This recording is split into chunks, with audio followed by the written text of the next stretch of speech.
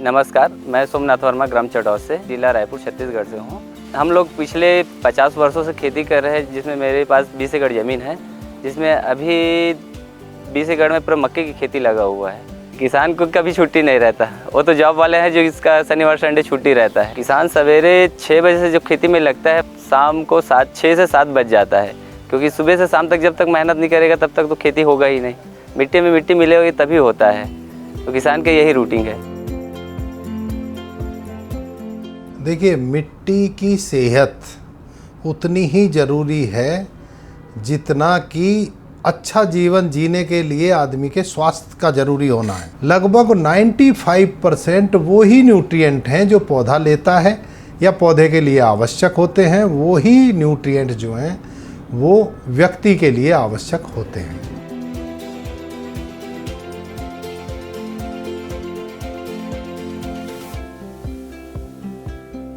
पहले जो खाद यूज करते थे, अब के जो IPL जो यूज कर रहे हैं, उसमें कम से कम हमारी जो खेती कर रहे हैं धान में जो बता रहा हूँ मैं, तो धान में कम से कम 5 से 7 बोरा का उपज एक्स्ट्रा बढ़ा हुआ है। क्योंकि पहले जो खाद डालते थे उसमें दाना ठीक से नहीं पड़ता था, और जब से IPL यूज किए हैं तो दाना पूरा नीचे से लेके ऊपर तक पक रहा है।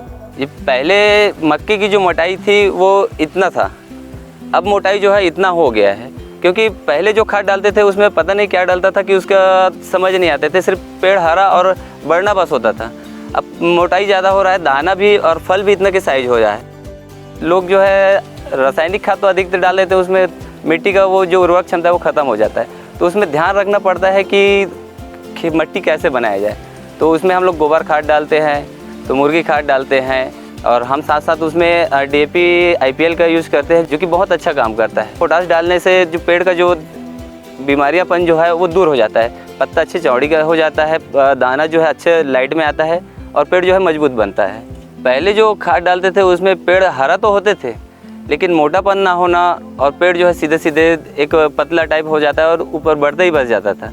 लेकिन जब IPL का जब यूज किए हैं हम लोग, तो IPL के DAP में पेड़ का मोटापन आना, पेड़ का पत्ते का चौड़ीकरण होना अच्छे से, और उसमें ग्रोथ भी अच्छा है। अब देख सकते हैं फल लगा हुआ है, ये अभी छोटा है लेकिन अभी बढ़ेगा। ये करीब अभी 15 दिन का फल है, 15 दिन इसमें और लगेगा।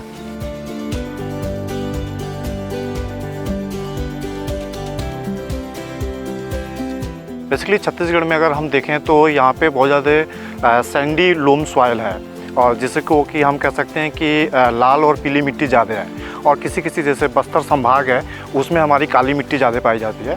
सो बेसिकली यहाँ पे 80 से 90% किसान जो हैं वो केवल धान की खेती कर रहे हैं। सो अभी पिछले 2-3 सालों में हम लोग क्या डाइवर्सिफिकेशन पे जा रहे हैं, क्रॉप डाइवर्सिफिकेशन पे काम कर रहे हैं, जिसमें कि हम लोग गन्ने पे भी जा रहे हैं और मक्के पे भी यहाँ पे किसान की तरफ मूव कर रहे हैं। तो अभी जैसे मक्के की अगर हम बात करें तो मक्की का ईयर बाय ईयर पिछले 2-3 सालों में बहुत ज़्यादा एक्रेजेस बढ़ रहे हैं, क्योंकि फार्मर का रुझान ज़्यादा आ रहा है और उस पर फार्मर को ज़्यादा लाभ भी हो रहा है।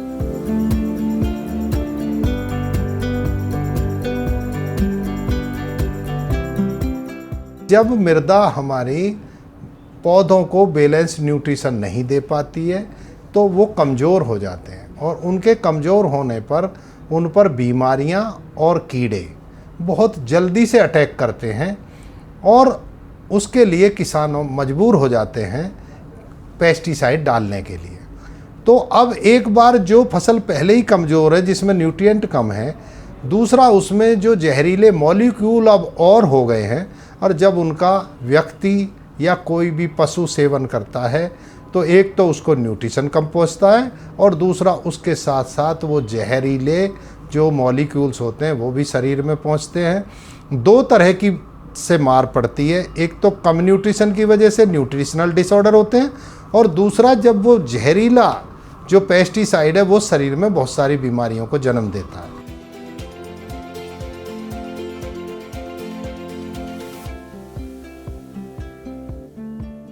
मैं जो है लक्ष्मीकांत चंद्राकर ग्राम चटौस से, जो रायपुर ज़िला में है। मैं मक्के की खेती विगत 15 से 20 वर्षों से करते आ रहा हूँ। बिजाई से लेके उसको मक्के की कटाई तक इसमें बहुत ध्यान रखना पड़ता है। पानी समय में मिलना चाहिए, कीट प्रकोप होता है, उसके साथ में इसके जो ज़मीन की जो गुणवत्ता है ना, उसको सुधार करेंगे तभी फसल उपजाऊ होगा। क्योंकि क्या है, जब तक मिट्टी पे अपन जो खाद अच्छे वैरायटी का नहीं डालेंगे, है ना, तो उसका उत्पादन संभव नहीं है। जो कुछ मिट्टी में उगाया जाता है उसी को हम खाते हैं, तो जो उनमें न्यूट्रिएंट आते हैं वो सब हमारी मृदा से आते हैं, और जब व्यक्ति उनका सेवन करता है तो वो ही न्यूट्रिएंट उसके शरीर में जाते हैं। फॉडर में भी अगर मिट्टी अच्छी नहीं होगी, उसमें न्यूट्रिएंट नहीं होंगे, फॉडर में भी नहीं आएंगे न्यूट्रिएंट। उसको अगर पशु खाएगा तो पशु में भी नहीं आएंगे। पशु अगर दूध देने वाली गाय या भैंसें हैं, उनके उसमें भी न्यूट्रिएंट की कमी होगी। और एक स्टडी के अनुसार पिछले लगभग 50 वर्षों में जो सॉइल हेल्थ डिग्रेड हुई है, उसकी वजह से जो न्यूट्रिशन में कमी आई है वो लगभग 30% है। तो आप इमेजिन कर सकते हैं कि 50 साल पहले जो न्यूट्रिशन होता था वो 30% कम हो गया है अब हमारी फसलों में।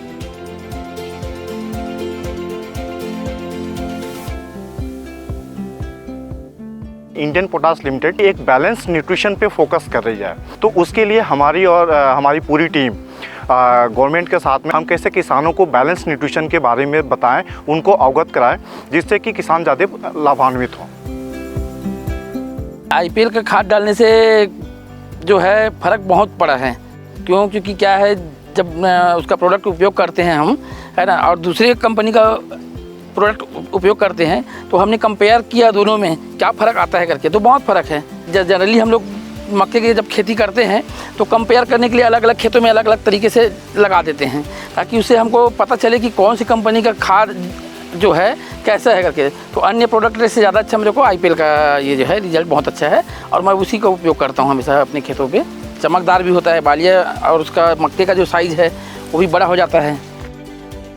मैंने देखा कि किसानों का रुझान इसलिए ज़्यादा है कि उनका एक बिल्कुल ही आत्मविश्वास है कि अगर हम आईपीएल की खाद को यूज़ कर रहे हैं या आईपीएल के किसी भी उत्पाद को हम यूज़ कर रहे हैं, तो इसका मतलब वो असली खाद है, उसमें कोई भी किसी भी मिलावट का कोई संकोच नहीं है किसान के दिमाग में। वो चाहे गवर्नमेंट सोसाइटी से परचेज़ कर रहा हो या प्राइवेट दुकानों से परचेज़ कर रहा हो, उसको एक बिल्कुल ही आत्मविश्वास है कि मैं जो भी आईपीएल का उत्पाद खरीद रहा हूँ ये बिल्कुल ओरिजिनल है, क्वालिटी में कोई भी इसमें डाउट नहीं है।